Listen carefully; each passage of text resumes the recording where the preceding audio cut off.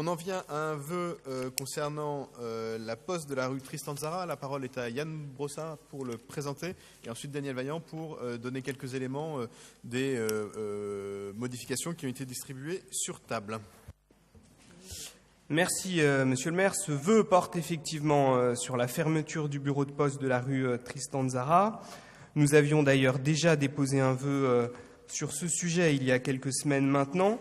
Malheureusement, ce bureau de poste situé dans le quartier Évangile a fermé le 4 janvier 2017, et ce, malgré l'expression des élus représentés au sein de notre conseil d'arrondissement, malgré la mobilisation des habitants, des usagers de ce bureau de poste, malgré également la mobilisation de nombreux salariés qui ont fait part de leur colère face à cette décision de fermeture.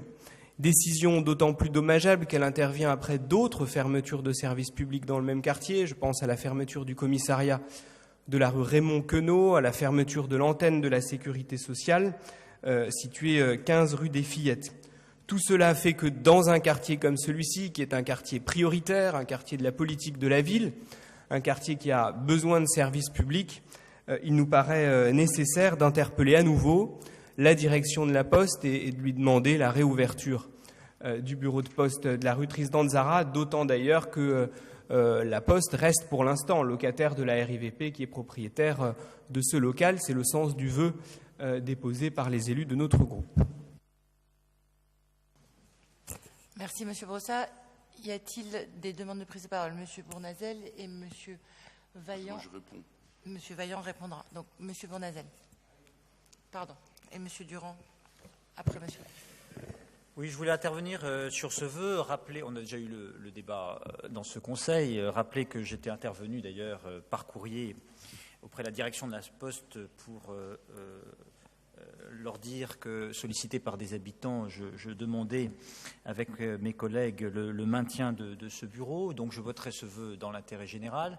Je l'ai fait, je le rappelle souvent, dans la mandature précédente nationale, lorsque la droite et le centre étaient aux responsabilités, je votais des vœux qui demandaient au gouvernement le maintien d'un certain nombre de services publics, car je suis plus attaché à mon territoire et à la défense de la qualité de vie des habitants du 18e qu'à une majorité politique ou à un parti politique. Ça, c'est très important et c'est la raison pour laquelle je vote ce vœu, parce que je crois sincèrement à la demande d'habitants qu'un certain nombre d'habitants, et notamment des personnes âgées, auront de lourds problèmes s'il n'y a pas le maintien des services de ce bureau de poste. Et donc, c'est une mission d'intérêt général qu'au-delà des clivages politiques et dans l'intérêt des habitants, nous devons défendre.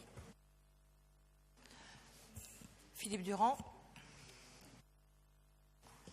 Oui, il y a un mois, nous avions effectivement nous-mêmes déposé aussi un vœu pour le maintien de cette poste. Effectivement, nous voterons dès demain, comme ça, ce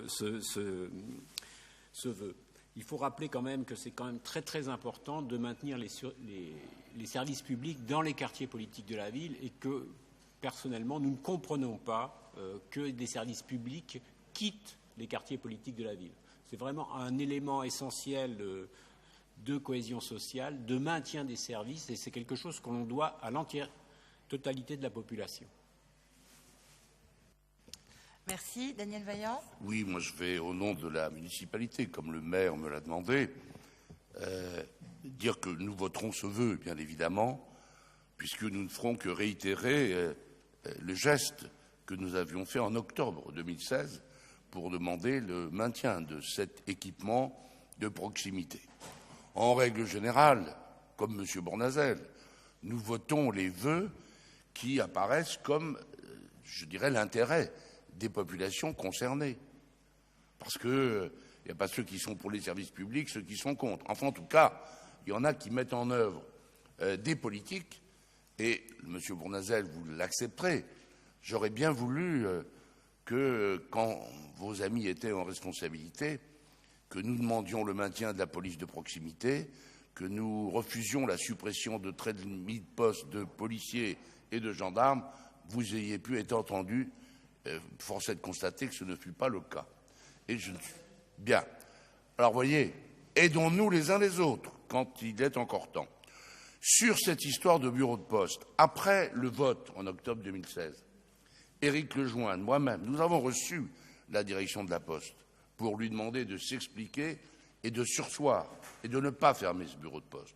D'autant, comme l'a dit Yann Brossat, que la Poste est titulaire d'un bail qu'elle honore en payant à la RIVP jusque, je crois, au milieu de l'année 2017. Force est de constater que nous n'avons pas été superbement entendus, puisque le 4 janvier, le bureau de poste a fermé. Nous avions demandé un délai, des justifications, des études, ce qui est encore le cas maintenant. Et nous avons d'ailleurs prévu de revoir la Poste, qui a différé son rendez-vous, mais que nous reverrons, pour essayer de convaincre et d'obtenir, en tout état de cause, une amélioration par rapport au dispositif actuel. Je veux néanmoins remercier le commerçant qui a pris le relais et qui s'en acquitte plutôt bien, d'après ce qu'on m'a dit. Ce qui prouve qu'il y a aussi des gens qui ont envie de travailler, qui sont volontaires et qui viennent pallier la suppression d'un service public tel que la Poste. Et donc, moi, je ne veux pas jeter l'opprobre sur quelqu'un qui le fait au service de la population du quartier. Et je continue de penser qu'une des difficultés majeures, au-delà du service public de la Poste proprement dit, mais c'est l'absence d'un distributeur de billets, et notamment pour un certain nombre de personnes à mobilité réduite ou d'un certain âge. Je pense qu'il faut que la Poste, d'une manière ou d'une autre, apporte des réponses. Et Max Dormois n'est pas la réponse idéale. Et je ne parle même pas de la réponse du bureau de poste La Chapelle, porte de la Chapelle, qui sera très utile, le bureau de poste porte de la Chapelle, quand la Chapelle internationale sera là, parce que là, on sera en proximité. Voilà pourquoi nous allons voter ce vœu tel qu'il vous a été présenté sur table et que nous allons continuer à essayer d'être persuasifs sur un établissement public qui n'est pas sous la responsabilité ni de la mairie de Paris, ni de la mairie d'arrondissement. Mais nous partageons, comme les auteurs du vœu, la volonté d'avoir une Poste bienveillante au service du public. Et le maire se rappellera que j'ai contredit le directeur régional qui nous parlait de ses clients, et moi je continuais de parler d'usagers. Merci. Nous mettons au vote pour ce vœu qui devrait recueillir l'unanimité, qui est pour. Unanimité, il est donc adopté.